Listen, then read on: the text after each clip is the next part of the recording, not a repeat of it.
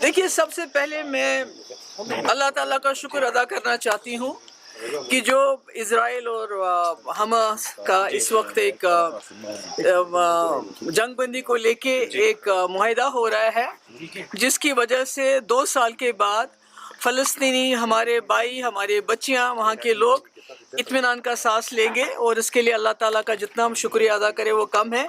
और मुझे लगता है ये एक सबक है सबके लिए कि इज़राइल जैसा जारहाना मुल्क और नेतन्याहू जैसा जिसके लिए कोई अल्फाज नहीं मिल सकते हैं कि उसको क्या किस नाम से बुलाया जाए, जिन्होंने लाखों लोगों का वहाँ कत्ल किया, पूरा बर्बाद कर दिया, पर उसके बावजूद उसको आज टेबल पे आना पड़ा बात करने के लिए।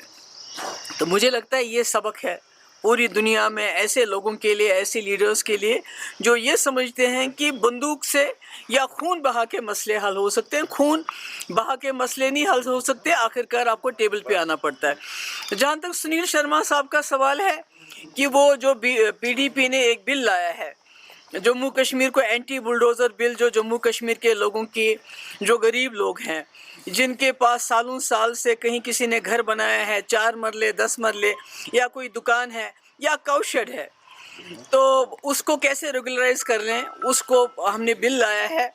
और जिस तरह से जो लीज है होटलियर्स की, जो सालों सालों से यहाँ काम कर रहे हैं, होटल चला रहे हैं, टूरिज्म को ज़िंदा रखा है, उनसे वो छीन के बाहर के लोगों को देने का जो एक इनका प्रोग्राम है, उसके ख़िलाफ़ हमने बिल लाया है। तो मैं सुनील शर्मा जी से एक मोतबाना गुजारिश करना चाहती हूँ, आप तो एमएलए हैं, आपका काम है कानून बनाना। यहाँ तो बुलडोज़र बाबा चीफ मिनिस्टर नहीं है कि आप बुलडोज़ करके मस्जिदों को भी तोड़ोगे, घरों को भी तोड़ोगे, सब कुछ तोड़ोगे, स्कूलों को तोड़ोगे। इस्लाम के जो स्कूल है, यहाँ एक चुनी हुई सरकार है और पिछले 2019 से यहाँ जम्मू कश्मीर के लोगों में एक अदम तहफ़्फ़ुज़ रहा है, यहाँ की ज़मीन को लेके, यहाँ की नौकरियों को लेके, यहाँ के वसाइल को लेके, रिसोर्सेज को लेके।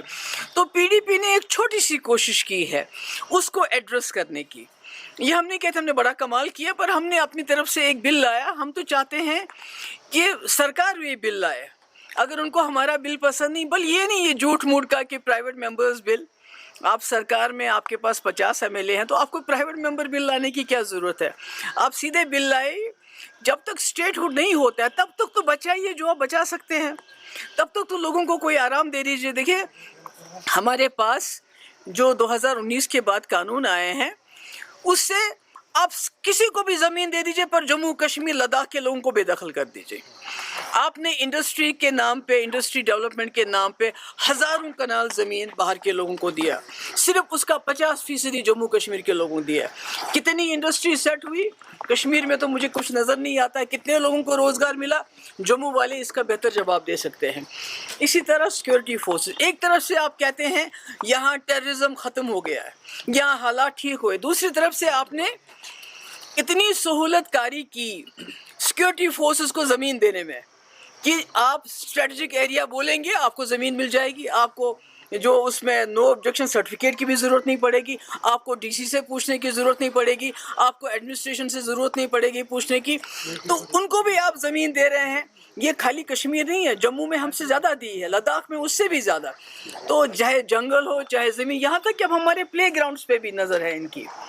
तो आप सबको ज़मीन दे रहे हैं, मगर जो यहाँ के लोग हैं, जो बस्कीनदार हैं, जो यहाँ रहते हैं, चाहे वो होटल वाला है चाहे एक आम गरीब आदमी है। कल ही रात की बात है कि आसिफा, वो जो बच्ची हमारी लख्त जिगर, जिसके साथ ज़्यादती हुई, जिसका खून हो गया, उसके घर वालों को सांबा में, जहाँ वो एक चिची माता की एक जगह है, एक जंगल है, जहाँ वो 100 साल से भी ज़्यादा अपने जो जानवरों को चराते हैं, वहाँ से उनको फोर्सेस ने निकाल दिया, उनका सामान फेंक दिया, उनके भेड़ बकरियाँ उनको वहाँ से बाहर कर दिया। तो ये कौन सा इंसाफ है?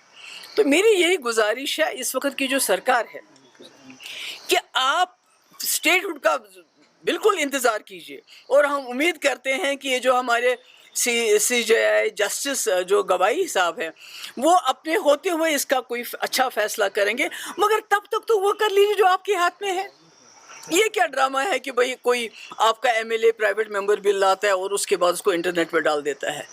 آپ کو ضرورت ہے یہ کرنے کی، یہ تماشا کیوں کر رہے ہیں؟